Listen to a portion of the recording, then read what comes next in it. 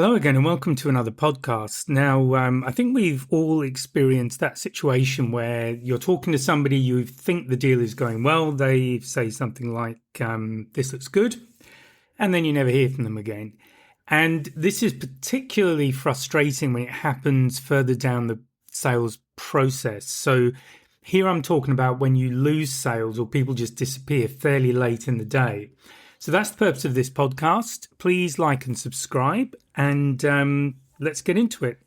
So I know this can be very frustrating, and there are some dangerous signs there are some traps anyway for us as salespeople that can lead to this happening as an outcome. So I'm going to start with, obviously why they hurt. That's the first thing, because this is happening quite a long way down through the sales process. So in theory, at least, what you've been doing is properly qualifying, the initial qualification, then a more in-depth qualification, maybe a presentation.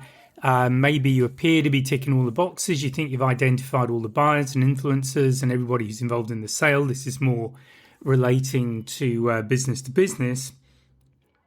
And then it all goes quiet. So this can amount to quite a lot of time on the one hand. And of course, we all have very limited time. So one of the most important things that we can do as salespeople is to make sure that when we do dedicate time to an opportunity, it is an opportunity that has a pretty high degree of coming to fruition, of actually closing. So that's why the qualification and those early conversations are so important.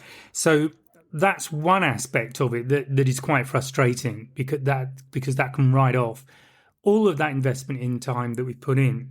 Secondly, there's the emotional commitment. And salespeople, that some people don't, but I think most of us to one degree or another get emotionally involved in a sale, particularly if it's one that we've had to put time into.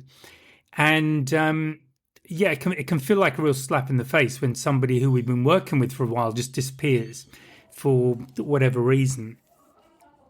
And the other thing is there's also that false sense of certainty. In other words, we're feeling more and more confident that this is going to come to fruition. We might be confidently forecasting it. I don't know how you rate your forecast, but you could be in the, let's say, 75% probability this is going to come in. And of course, that has an impact not only with your sales manager, but also with other people within the organization. So if it's a manufacturing organization, then that forecast will affect loading, what parts of whatever it is you make need to be ordered, all that kind of stuff. And that suddenly collapses. So it can be disappointing from the prospect of your own credibility in the end, if you've got something that you're feeling pretty confident about and then things just don't happen. So let's just look at what those mistakes are that we make. And often these are mistakes that are made without realizing it. And I'm covering this here because I would much rather you had the heads up here where it's not going to cost you anything, rather than lose a deal and have to learn the hard way. So the first mistake that people tend to make, that salespeople tend to make, is they relax too early. I'm one of in terms of forecasting and in terms of how I approach sales, I don't regard the sale as won until I have the order in my hand. That's the point where I've won the sale. And then from there on, I'm confident about it.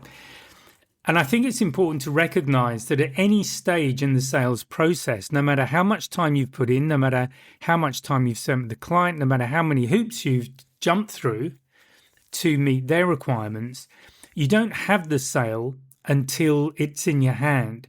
So you don't know what's going on in the background. It could be a competitor has come in with something, a new offer, or they have a new product that suddenly is much more attractive to this prospect. Maybe there's been a change of personnel somewhere and your particular company isn't viewed that well by them. There are lots and lots of things that can happen. So relaxing too early is really important. It's really important not to do it. Shifting from discovery to presentation is also another mistake. And what do I mean by that? So discovery is having those open conversations with clients where you are trying to understand their requirements, understand their fears, understand their reasons, their motivations for looking to buy from you, and staying on top of that. And it's important to recognize, particularly when a sale has been going on for a while, that you just keep rechecking those. You check in, definitely periodically, and it might have to be more frequently than you might imagine, simply because you don't know what's happening in the background. And the mistake that is made is switching from discovery to presentation, where you're just presenting your solution and you're no longer listening or taking in new information from the client.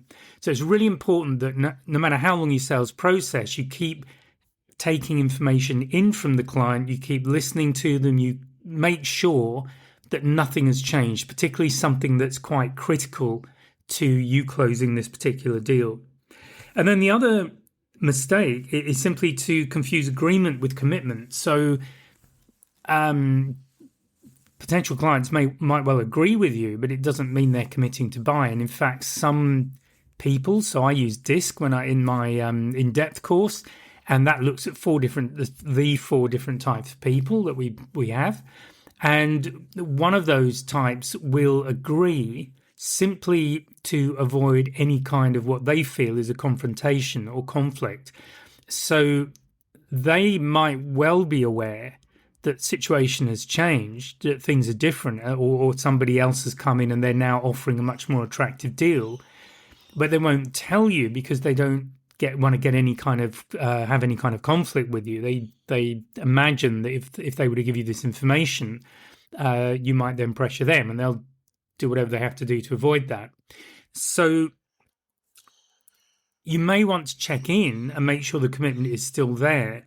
But these are the three mistakes that are very easy to make, and particularly when you're late in the deal. So just to recap, relaxing too early, shifting from discovery to presentation, and confusing agreement with commitment. So why do late objections happen? Well, in the last or a couple of podcasts ago, I forget now, I spoke about buyer motivation, particularly in terms of business to business, and what drives buyers emotionally. And when we look at business to business, we tend to think it's more about facts and figures, that there isn't that much emotion in there, whereas business to consumer, there's a high degree of emotion quite often. However, you have to remember that when it's business to business, the person making the final decision on whether to go ahead and then which solution to go ahead with, this can be a career-defining situation for them. If they get it wrong, it could really blow up in their face, and it could be a major problem for them personally. So self-protection could well be one of the motivations that's going on. There might also be doubt, and there might be doubt that hasn't been voiced. So it's really important, again, to go back to this discovery phase and keep communicating and making sure that there are no hidden concerns that you haven't dealt with. And you need to be aware of them because they could be showstoppers for you as well. And this is also important to know.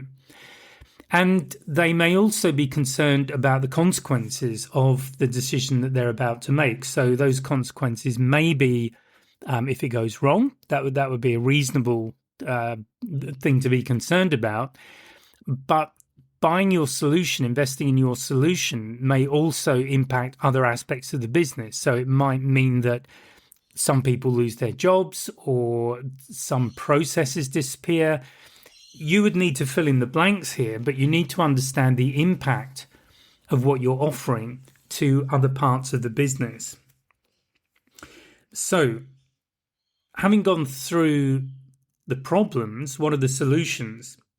So, I've already mentioned a few of them, but I'll recap here. So the first thing is to keep diagnosing, just keep checking in, making sure, first of all, that what is being discussed, so that might be options, configurations, whatever it might be, is still correct for them, and making sure nothing has changed. And if you get the feeling that things aren't quite right, and we often get this gut feel when we're talking to somebody that they might be hiding something, it's really important to try and get clarification on that. In a way, remember, in business to business, we're sitting side by side with the client. We're doing consultative selling. This isn't about persuading them to buy from us. It's about working with them to make sure that we're delivering the solution that's what they need. And this also validates any hesitation. So if there's hesitation there, that is a definite flag that there is some concern that maybe hasn't been voiced. And you really need to explore that. It's really important as well to understand that decisions are anchored emotionally and not necessarily procedurally. So I've already touched on this, and I've gone into it in a lot more detail in another podcast, so I won't repeat that here. But the people involved in these sales are people, they're human, and they have fears and concerns and vulnerabilities and pressures and responsibilities and all the things that we all deal with. And particularly if it's a large investment or a significant investment in the business, quite naturally, there is going to be an emotional aspect to making that decision. So it's really, really important that you stay with them, that you maintain the conversation, and also that you're persistent, you stay with it.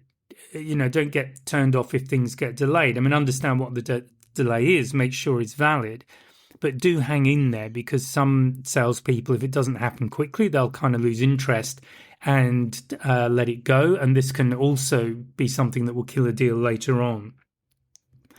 So the real point, I guess the real thing I want to share in this particular podcast is to look at the question or questions to ask that minimize the chances of losing a deal fairly late in the sales process.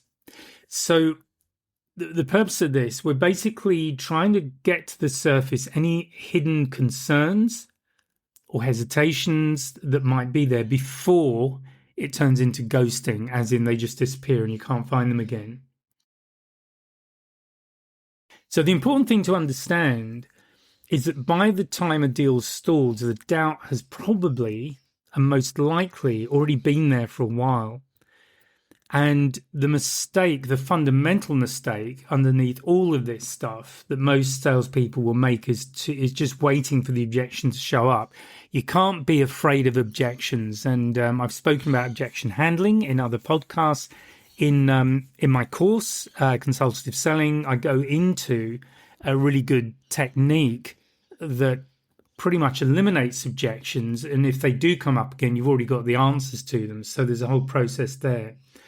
So the difference between an average salesperson and somebody who's a top performer is that average salespeople will generally wait for resistance and then try and deal with it, whereas a top performer is going to go and invite it. They want everything out on the table as early as possible so it can be dealt with while it still has, let's refer to it as a low emotional charge. It's not a critical issue at that point, but it is a concern. The later it gets in the sales process, the more significant it becomes as an issue, and it can be an absolute showstopper for the client. And also, they might not want to talk about it, so this is why they disappear. So what's the question that I'm referring to here? Now, you might want to rephrase this, and I really suggest you do, because I think it's important that we use our own words, our own language, and we come across as natural, because the most powerful thing, I think, one of the most powerful things you can do as a salesperson is to just be yourself, because people are very sensitive to when they're getting an act and when they're getting a genuine person. And in sales, we want to build trust, so we need to be ourselves. So the question that you want to use is something along the lines of, it sounds like this makes sense, but I'm curious. What still doesn't feel fully settled for you? The important thing to note here is that this is an open question. So, as in, an open question invites a dialogue, a closed question is a yes-no answer. So what still doesn't feel fully settled for you opens the door for them to describe it, and it's not a yes no. So just breaking this down, it sounds like, so you're basically acknowledging that there has been progress made. So it sounds like this makes sense, first part. But I'm curious. So use the term I'm curious because it's a way of removing pressure, because this is flipping it back to you, maybe not understanding, but you're not making it about the client. You're making it about you, perhaps not fully understanding what's going on. And then what still doesn't feel settled. So that invites the client to show the emotion. It's more of an emotional question. It's not so much logic, whereas logic would be more about the product. So engaging and connecting with the emotion is really important, because they if they are fearful, if they're concerned, they are going to want reassurance, and you're opening the door for them to get that reassurance, to get that answer. So I'll just say that one more time, this question. It sounds like this makes sense, but I'm curious, what still doesn't feel fully settled for you? So again, you use those elements, rephrase it as you need, but just notice the three elements of that question. Now, the important thing is here, this is not a closing question. This is not asking for the deal. This is a safety question. Depending on the answer you get, you can easily turn that into a closing question if you need to reclose. But this is the really important thing to do. And it's important to do when you're at that stage where you feel that the deal is done, but something isn't quite right. You've got a doubt there. And it's really important, the salespeople, that we take responsibility. We own it. We own the sale. We drive the sale from step to step. We'll do it hopefully in a way that isn't pressured. It wants to feel consultative, but it's gently guiding the client to that point where they place the order and we can deliver the solution. And again, we're doing that because they're talking to you because they need the solution. And this is something that's been covered in earlier podcasts where I talk about qualifying and really understanding what the drivers are. There's a very good chance these will still be current as you go later in the sale. Things may have changed, so it's important to understand that. But do remember that their reason for talking to you is most likely still there. Occasionally it will go, but most likely it hasn't. So I guess the point I'd like to leave you with here is that when buyers feel safe expressing doubt, they'll stop hiding it.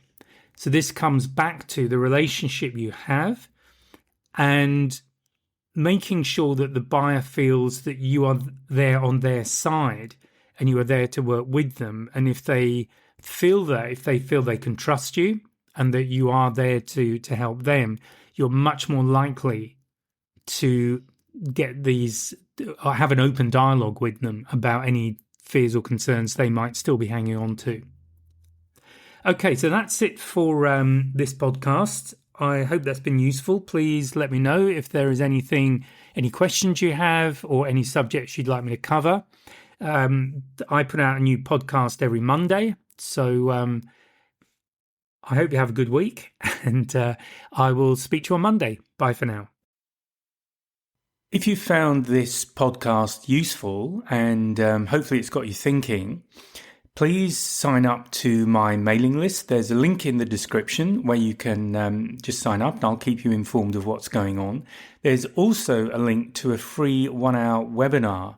It's an on-demand webinar and I'll take you through 3 things you can do right now to improve your sales confidence, and that includes handling objections and closing the sale. So please check out the links and please join the mailing list, and I'll speak to you next time.